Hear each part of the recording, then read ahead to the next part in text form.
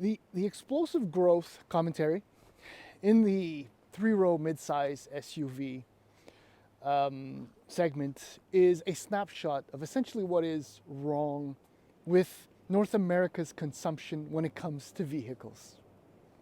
Commentary closed, almost, kinda. Oh, and before I go on, I'm on an extended weekend kind of vacation out in the country, hence why I'm dressed so wonderfully well. Okay, that's done too. The reason why I say explosive growth, I mean, just over the last 6 years or so, the segment has about doubled in number of available models.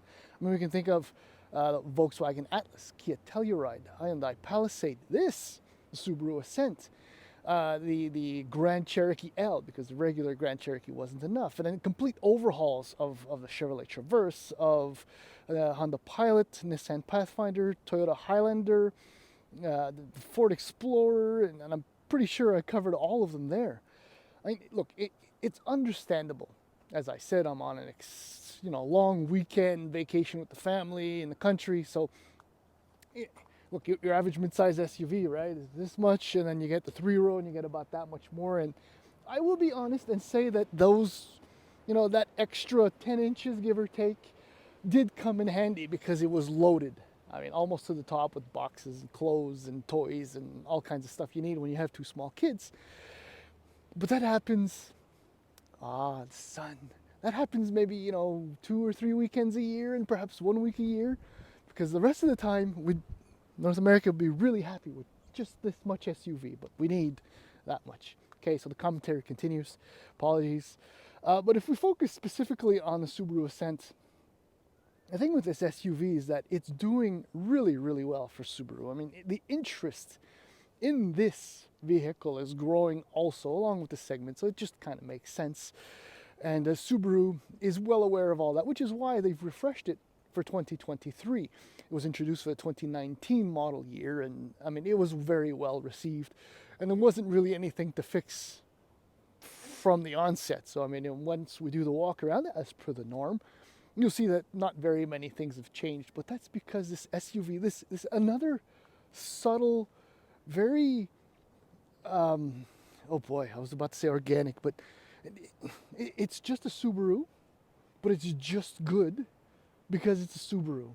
Hence why it's so appreciated. And honestly, I'll tell you right now, I said this before about Subaru products. I mean, with an exception, perhaps, or two, WRX and the BRZ, I never really think about the Subaru products because they're just kind of middle ground, but in such a good place.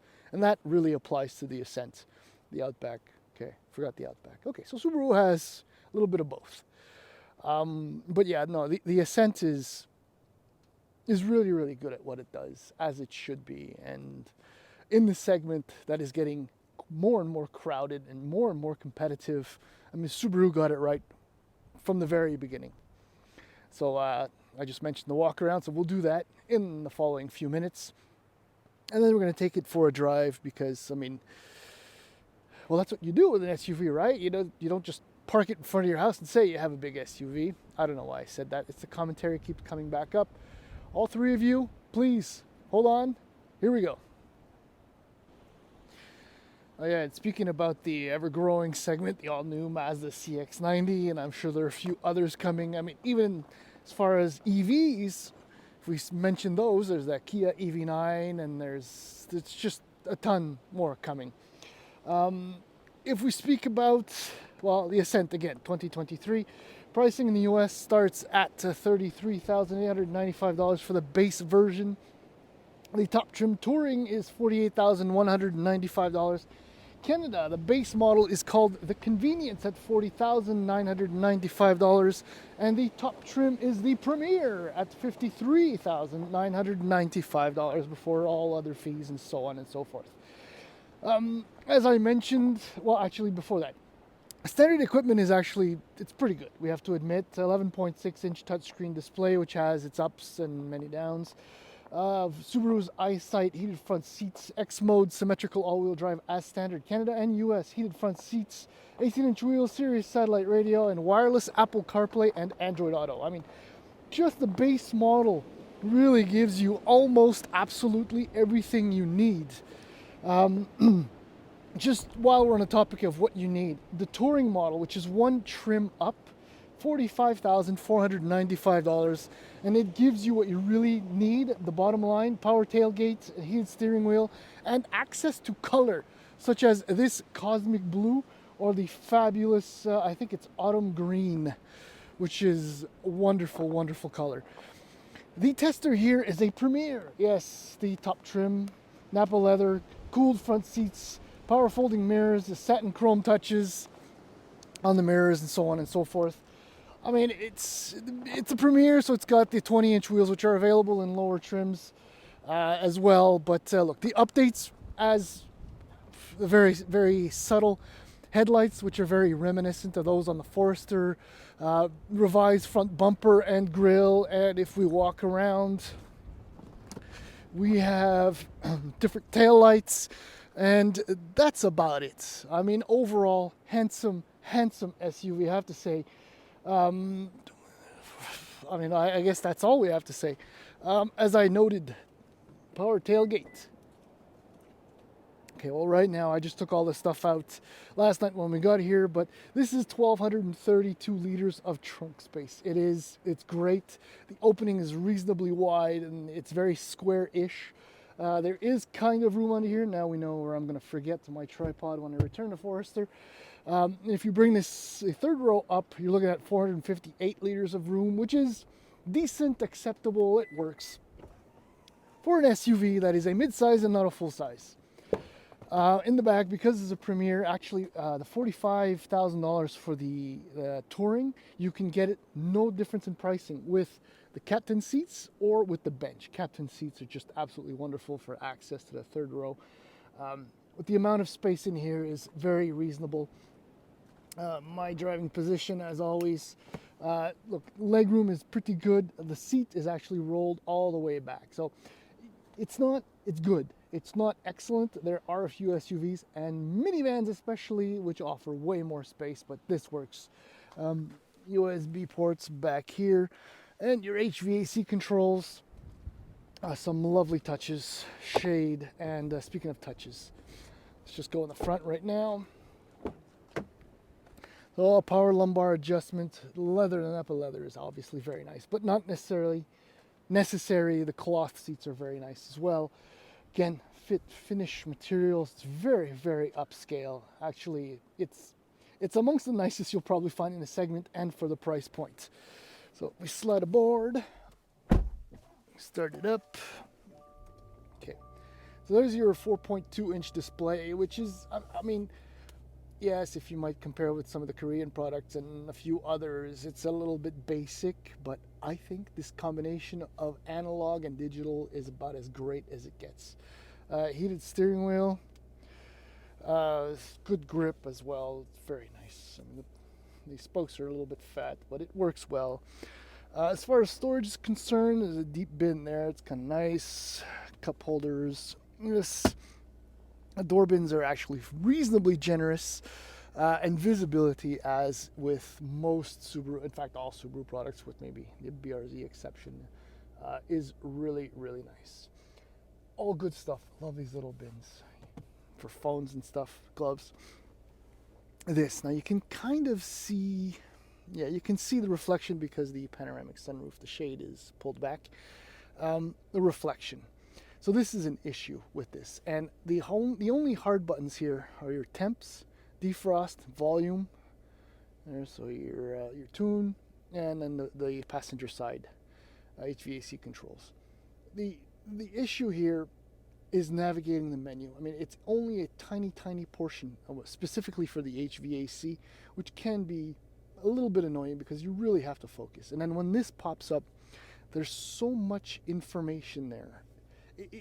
It's a bit daunting, and if there's a lot of reflection, if the reflection is worse than what it is now, which it can be, it's a little bit of a problem. And when it loads up, on occasion, at least for me, it takes a while before the full menu actually appears. That's your home button. This is for your drive mode, so you can control, X mode, for example. which is standard. This actually has dual X mode in this trim.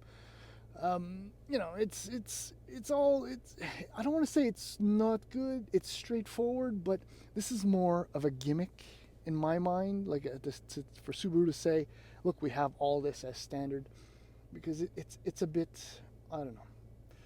There's I don't know, what am I trying to say? I'd rather have this as a selection of hard buttons, and they can boast about having a 9-inch display, and I think everybody would be a lot happier. Obviously, CarPlay, you know, your radio, HVAC, there it shows up there. Okay, we didn't want that. But look, at least the screen is below, right, the dashboard line. And that's it. That's it. That's all. So let's go for a little bit of a drive. The country look, kind of. Yes, I've used this shirt for a pickup video in the past. The greatest things. Actually, there's nothing inherently wrong with driving the Ascent, and that applies to maybe the sole source of mild negative comments, which you may have guessed is the CVT. But honestly, in 95% of the driving conditions you will face or you will take yourself through, you forget that it's there. The CVT is actually behaving like a CVT. It's only if you're, say, going on a country road like this and you have to slow down, there's a dip, you know, and you back off and go back onto the throttle, you kind of become aware of the fact that there is a little bit of a humdrum going on. But for the most part, it's just about flawless, and it is wonderfully matched. Yes, it is, to the turbocharged 2.4 cylinder engine, the one that's making its way throughout the lineup, which started out life in here. It's a 260 horsepower at 5,600 RPM, 260 horsepower, 277 pound-feet of torque from 2,000 to 4,800 RPM. It's a lot of power for this SUV. It's almost surprising, especially from a dead stop. The way the CVT is geared with 8 programmed gearings that you can access through the paddles and the manual mode. This thing really launches hard. I mean, it's not sustained power, but it launches really, really hard. So that's nice. The fuel consumption, not so great. I mean, you're looking at, according to Subaru, about 11 liters per 100 kilometers on average. I'm averaging, you may have spotted it, about 13. And the 350 kilometers or so that I've done so far, about 275 has been done on the highway. So 13, not so good. That might be this SUV's weakest point, because everything else, thanks in large part to Subaru's global platform, is wunderbar. I don't know. Double wishbone suspension, McPherson struts up front. The ride quality is exceptional, and I am on the 20-inch wheels, obviously, as I mentioned, with the winter tires. And the way the dampers, the chassis just allows the suspension to soak up the road irregularities is wonderful. It's comfortable, it's plush, but never sloppy or you know, wavy or floaty is what I'm looking for. Steering always makes me laugh. Subaru, having owned Subarus in the past, I mean, it's just it's a weird, disconnected and slight lack of precision but good response all rolled into one. And brakes are fine. Pedal travel is a little bit long, but look, the bottom line is that the driving experience with this thing, and you can tow 2,000 pounds, and this is a 4,500 pound SUV.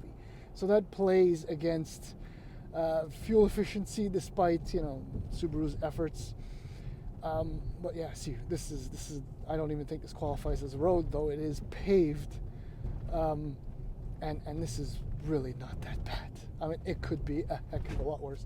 Well, that's pretty bad. You can't see it, but okay, see, I'm bouncing around. No, it's a wonderful midsize SUV in the segment.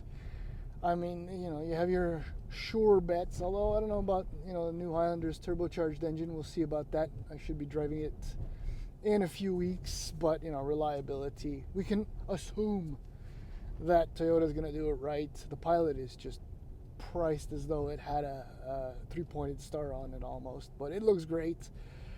But definitely I would, chance isn't even the right word, I would pick this over an Explorer or even a Traverse, though Traverse is not a bad option.